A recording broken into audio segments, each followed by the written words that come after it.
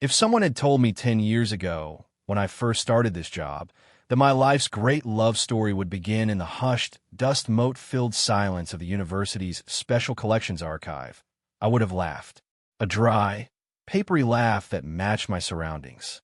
My life was a cataloged thing, a series of neatly arranged boxes, each day a perfect replica of the one before.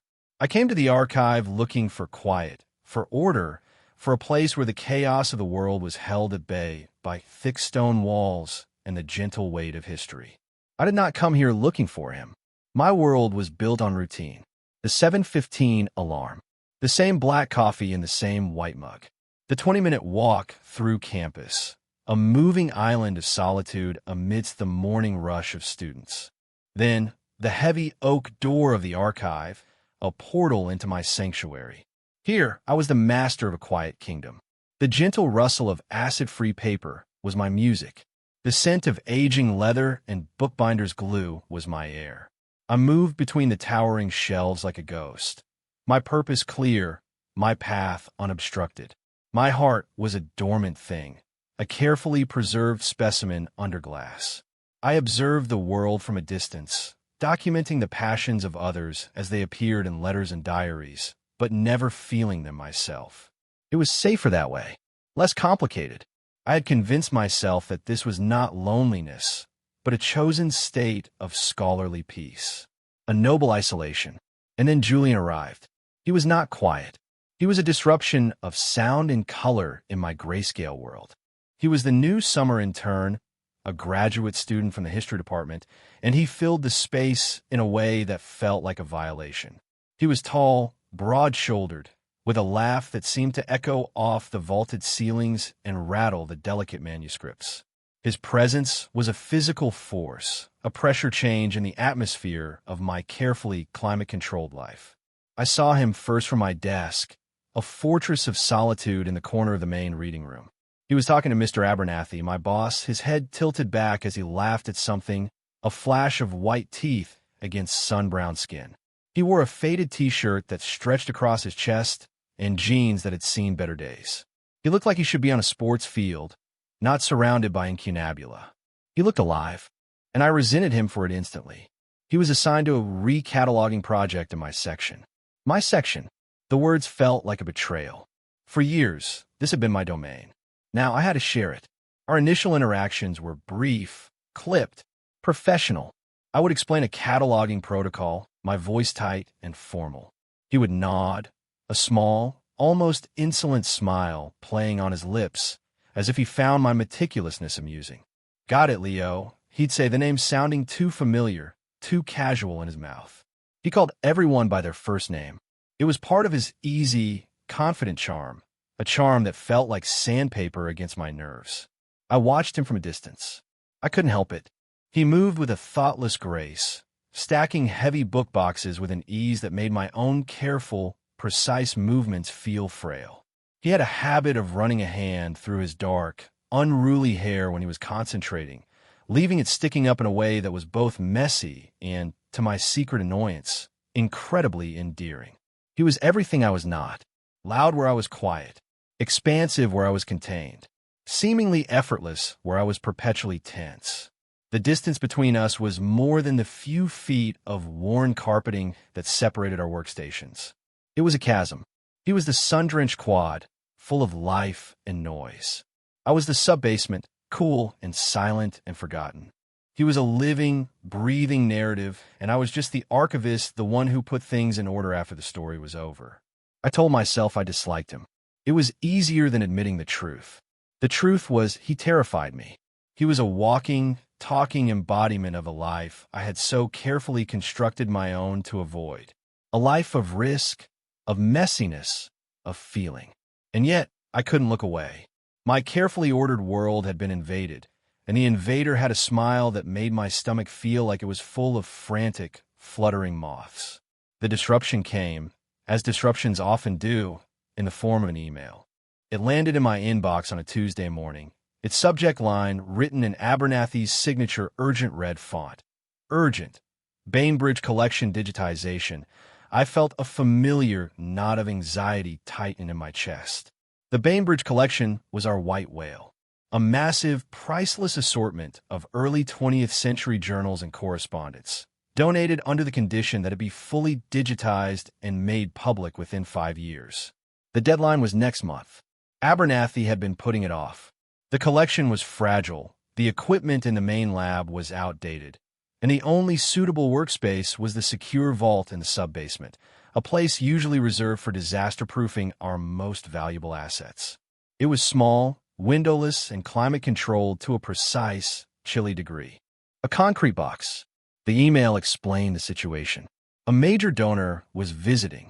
They wanted to see progress. The project had to be done. Now, Abernathy himself was meant to lead the effort, but he'd come down with a sudden, violent case of the flu. A convenient illness, I thought with a flicker of bitter humor.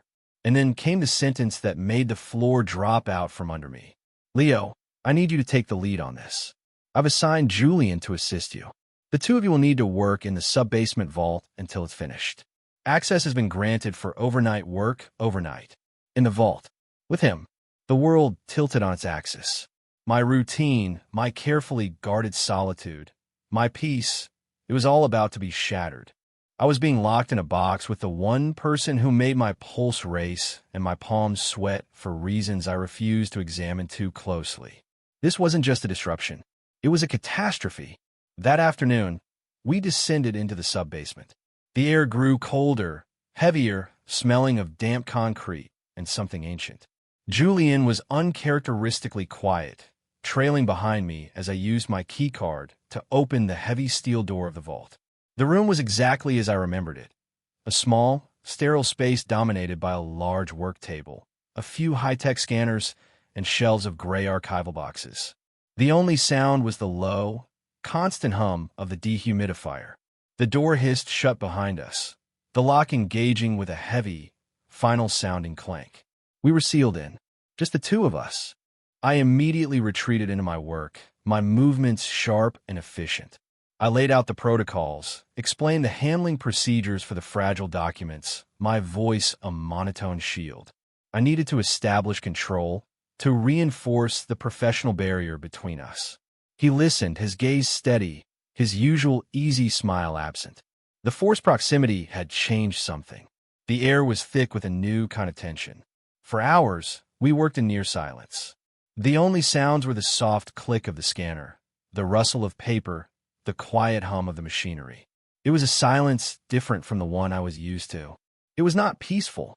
It was a shared silence, a living thing, full of unspoken thoughts. It was a silence that was entirely about him, about his presence just a few feet away from me. I found myself watching him, not from a distance, not from behind the safety of my desk, but up close.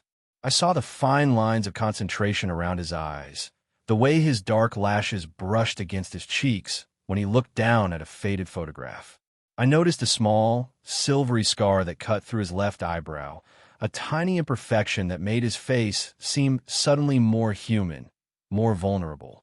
His hands, which I had only seen from afar, were now in sharp focus. They were large, the knuckles slightly calloused, but his movements were surprisingly delicate. He turned the brittle pages of a journal with a surgeon's precision, a reverence that I hadn't expected. He wasn't the careless jock I had painted him as in my mind. He was careful. He was focused. He cared about this work. There was a weariness in the set of his shoulders that I hadn't noticed before. He wasn't just a ball of kinetic energy. He was a person, a tired person, working a long shift in a cold room, just like me. This close, his confidence seemed less like arrogance and more like a well-worn coat, something he put on to face the world. The first touch happened around midnight. We were both reaching for the same archival box on a high shelf. It was an awkward angle, a clumsy, simultaneous movement. His hand closed over mine on the rough cardboard edge of the box. It was like a live wire. A jolt of pure, unadulterated heat shot up my arm, straight to my chest, where my heart gave a painful, frantic lurch. A trapped bird beating against my ribs. My skin tingled where his had touched it. My breath caught in my throat. The entire world, the entire cold, humming vault, narrowed to that single point of contact. his skin against mine. I snatched my hand back as if I'd been burned. My face flushed hot, a wave of shame and panic washing over me. Sorry, I mumbled, my voice sounding strangled and foreign. I didn't dare look at him. I stared intently at the box, as if it held the secrets of the universe. No, my bad, he said. His voice was quiet, a little rough. I risked a glance. He was looking at his own hand, then back at me, his expression unreadable. Was that confusion in his eyes? Or something else? The moment stretched, thin and humming with tension. He reached up again, slowly this time, and took the box down himself. He didn't say another word. The silence that followed was heavier than before. It was a silence filled with the memory of that touch. I could still feel the phantom pressure of his fingers against my own. My hand felt branded. I tried to focus on the scanner, on the cursive script of 100-year-old letter, but my thoughts were a chaotic scramble. He felt it. He must have felt it. Does he think I'm a freak? Is he disgusted? My anxiety, my old and constant companion, whispered its poison into my ear. Then, around 2 a.m, the main scanner sputtered and died. The screen went black, the soft whirring sound cutting out abruptly, leaving an unnerving silence. I swore under my breath, a rare outburst for me. I tried rebooting it. Nothing. I checked the connections, my frustration mounting with every failed attempt. This was my area of expertise. This was the one thing in this room I was supposed to be in control of, and it was failing. Let me take a look. Julian's voice came from behind me, startling me. I hadn't realized he'd moved so close. I've got it. I snapped, my voice sharper than I intended. I felt my authority, my fragile sense of competence, slipping away. I hated it. He didn't back down. Leo, it's fine. I used to work in an electronics repair shop. Maybe I can see something you missed, he said it gently, without a hint of condescension. Defeated, I stepped aside. He knelt down, his shoulder brushing against my leg as he leaned in to look at the back of the machine. Another jolt. I froze, holding my breath. He seemed not to notice, his focus entirely on the tangle of wires. I stood over him, watching the muscles in his back shift under his t-shirt as he worked. I could smell the faint, clean scent of his soap, mixed with the smell of old paper. It was an intoxicating, disorienting combination. He tinkered for a few minutes, his large hands surprisingly nimble. Then, with a soft click and a triumphant little hum, the scanner powered back on. The screen flickered to life.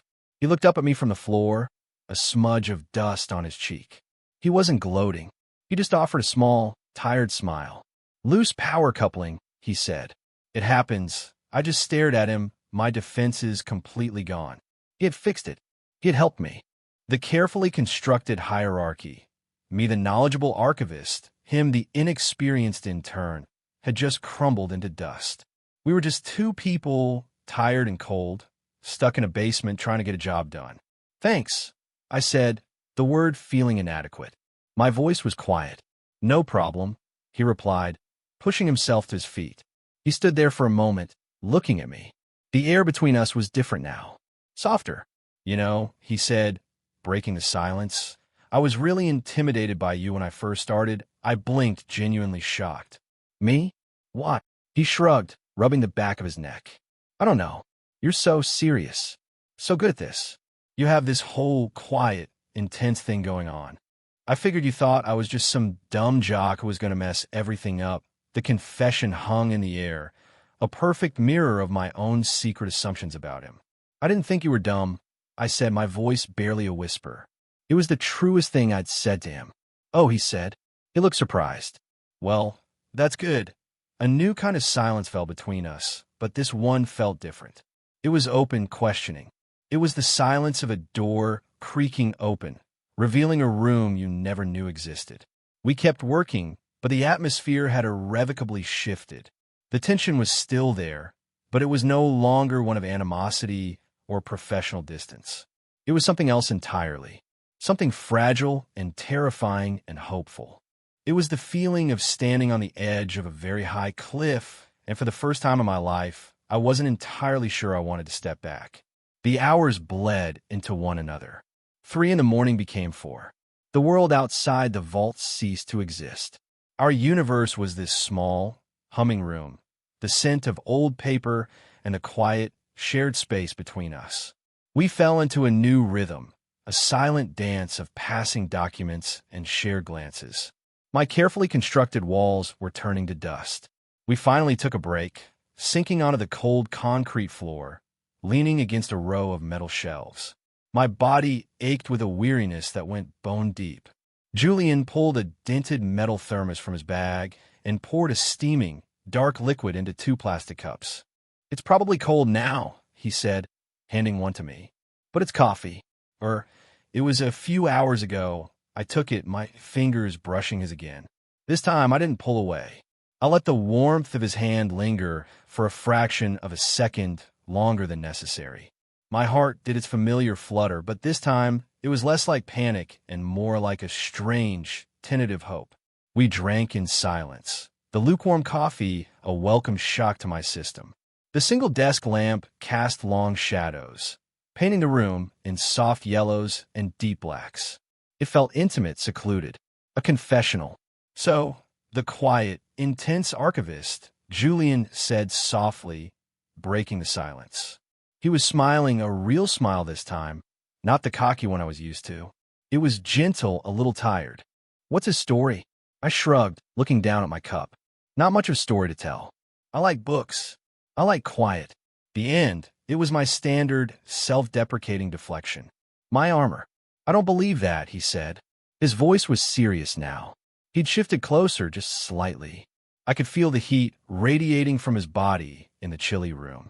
"Nobody is that simple." Something inside me, some long-dormant part of me that craved to be seen, cracked open. Maybe it was the exhaustion. Maybe it was the strange intimacy of our confinement. "It's just easier," I admitted, the words tasting strange in my mouth. "To keep things simple. Ordered. Predictable." I looked at him, really looked at him. My life is a library. Everything has its place. No overdue books, no unexpected plot twists. He listened, his gaze so direct it felt like a physical touch. "That sounds lonely," he said, his voice gentle. The word hit me with the force of a physical blow. Lonely. I had called it peace, solitude, control. But he had named it with a simple, brutal honesty I could never afford myself. And he was right. I was lonely. A profound, aching loneliness I had wallpapered over with routine and intellectualism. A lump formed in my throat. I couldn't speak. I could only nod, a small, jerky movement. A confession in itself. "Me too," he whispered. I looked up, startled. "You?" The idea seemed preposterous. Julian, with his easy laugh and his magnetic presence. How would he be lonely? He gave a short, humorless laugh. "This whole life of the party thing," he said, gesturing vaguely at himself. "It's an act. Most of the time, anyway. It's what people expect. It's easier than showing them what's really going on underneath." He looked away, staring at the gray archival boxes lining the shelves.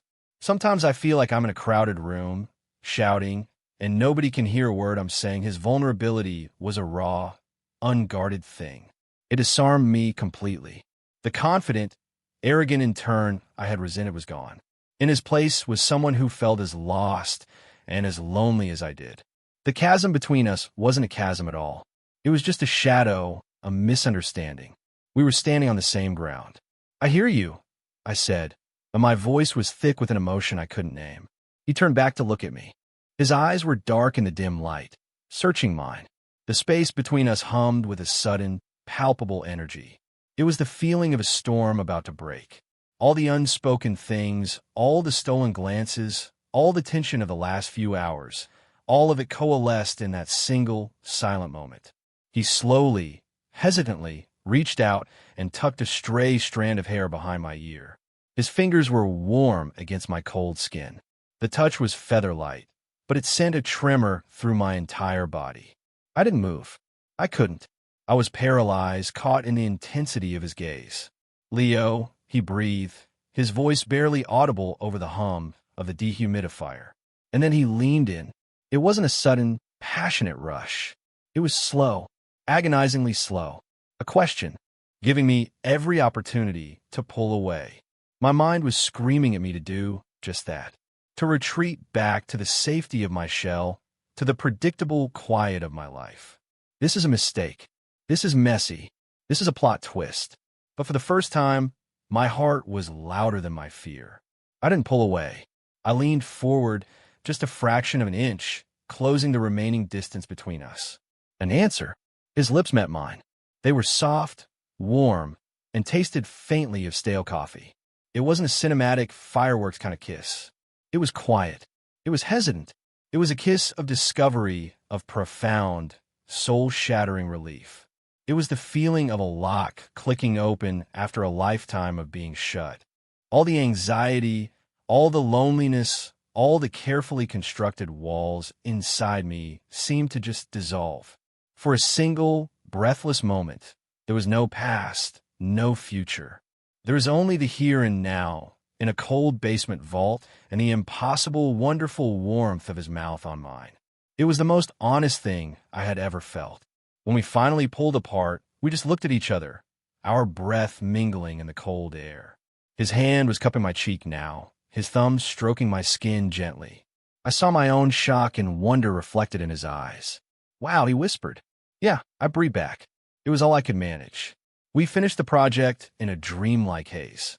The sun was rising when Abernathy, looking pale but recovered, finally unlocked the vault door. The sudden influx of gray morning light felt harsh, intrusive.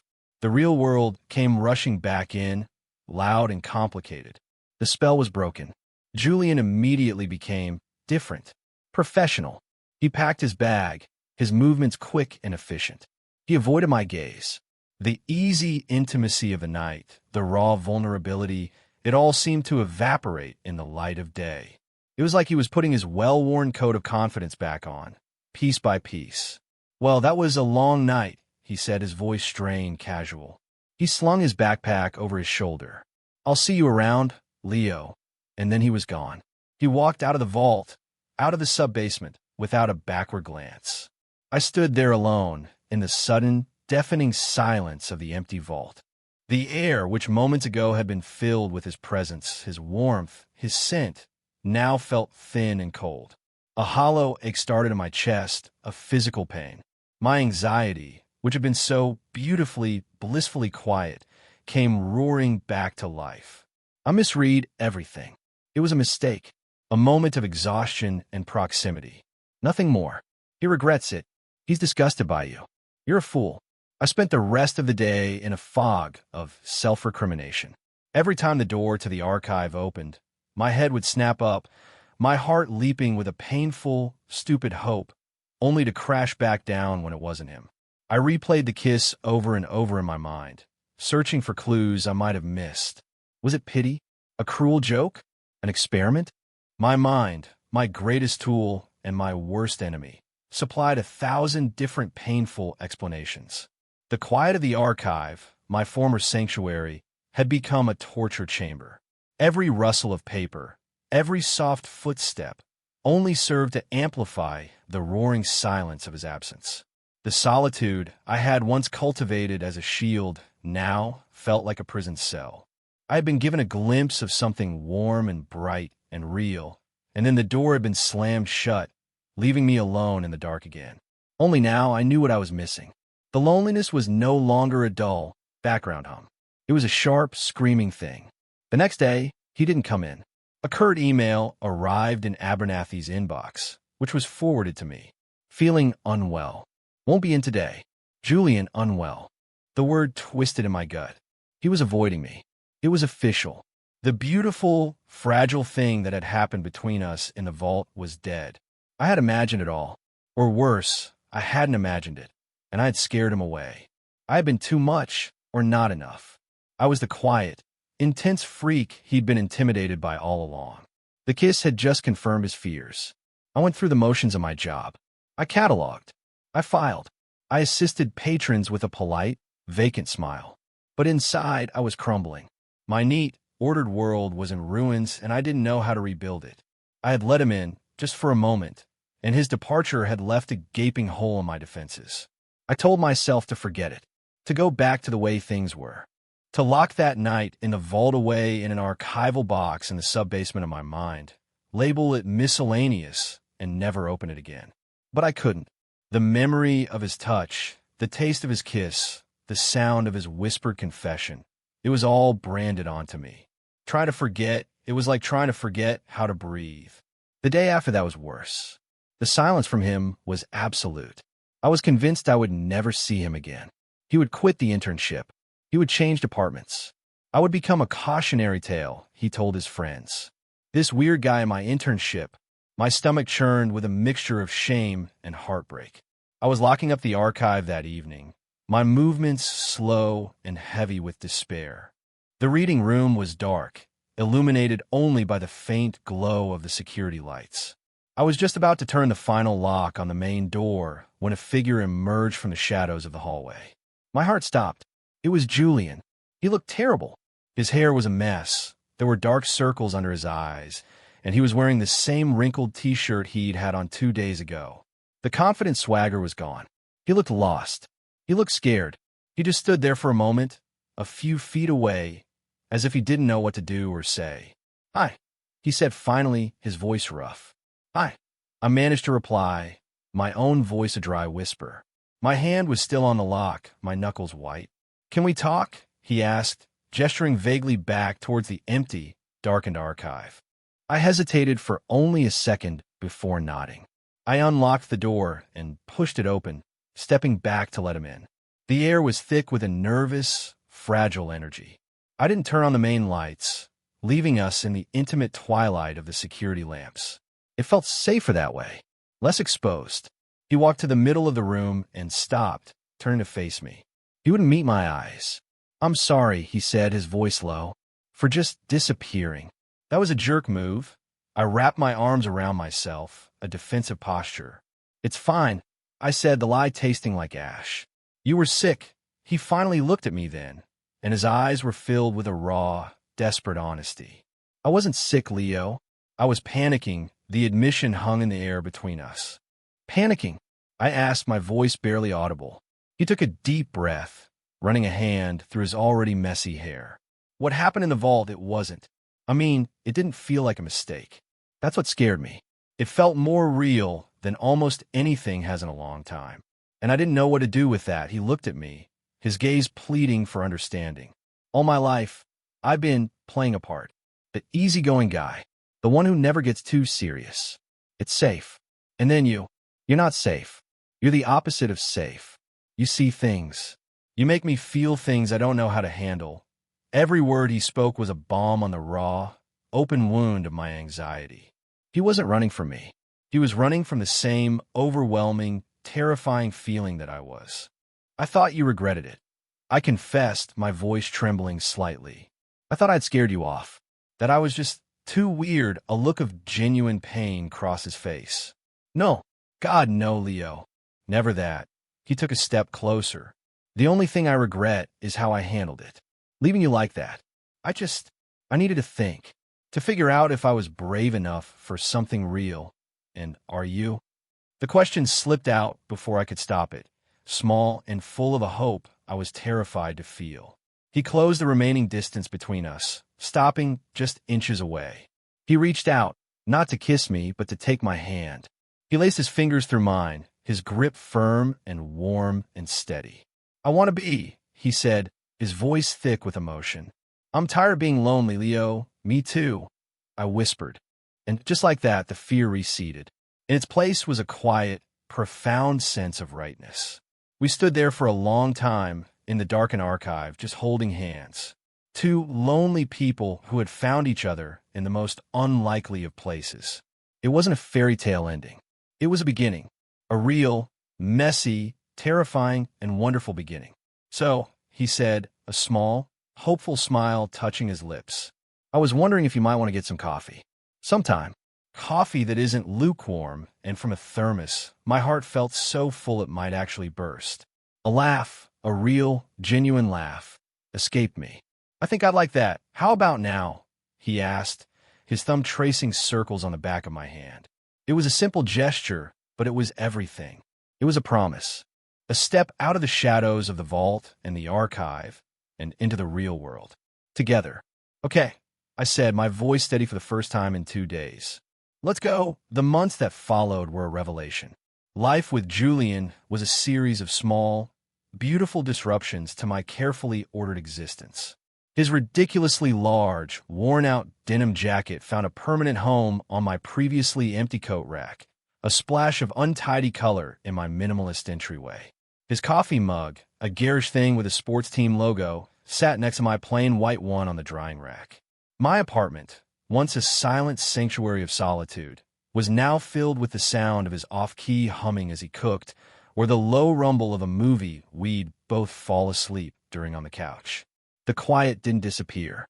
It transformed.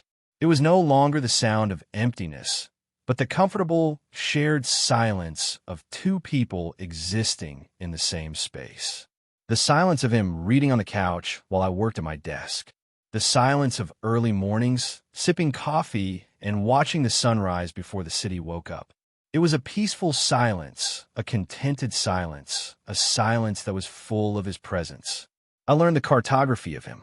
The way a small dimple appeared next to his mouth when he was trying not to laugh. The exact shade of brown in his eyes when the afternoon light hit them. The sound of his breathing as he slept beside me.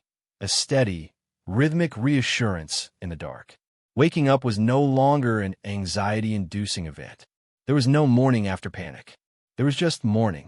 I'd wake up to the heavy warmth of his arm slung over my waist. His face peaceful in the soft light filtering through my blinds. The frantic, trapped bird in my chest had finally settled, its wings calm. I was no longer afraid of being alone, because I wasn't.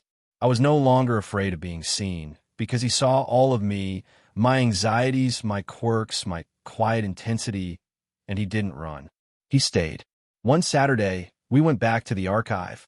Julian's internship was over, but he'd left a book behind. We walked through the quiet, familiar halls, my hand held firmly in his. It felt different now. This place was no longer just my sanctuary or my prison. It was the place where my life had truly begun. We stood for a moment outside the heavy steel door of the sub-basement vault. "Kind of funny, isn't it?" he said, squeezing my hand. "That it all started in a cold, windowless box." I looked at him, at the man who had turned my world upside down, and then put it back together in a way that finally made sense. The man who had been the ultimate plot twist in my carefully cataloged life. "It wasn't a box," I said softly. "It was a crucible." It melted down all my walls. He smiled, that slow, gentle smile that was just for me, and leaned in to kiss me, right there in the hallway of the university's Special Collections archive. And it felt like coming home. My life is still quiet in its own way, but it's a different kind of quiet now. It's the quiet of a shared life, of a deep and abiding connection that needs no words. He was the disruption I never knew I needed, the beautiful, chaotic variable that solved the equation of my loneliness. I came to the archive looking for order, and in the end, I found it. Not in the neatly stacked boxes or the catalog histories, but in the steady, reassuring presence of the man holding my hand. He was my unexpected discovery, my rarest and most valuable collection. It took being locked in a basement for me to finally open up and let someone in. Sometimes the biggest risks are the ones that lead us to the places we were always meant to be. Have you ever had a moment that completely changed the course of your life? A person who broke down your walls when you least expected it? I'd love to hear about your own unexpected discoveries in the comments below. And if you enjoyed this story and want to hear more about finding love in unexpected places, please consider subscribing to the channel. Your support means the world.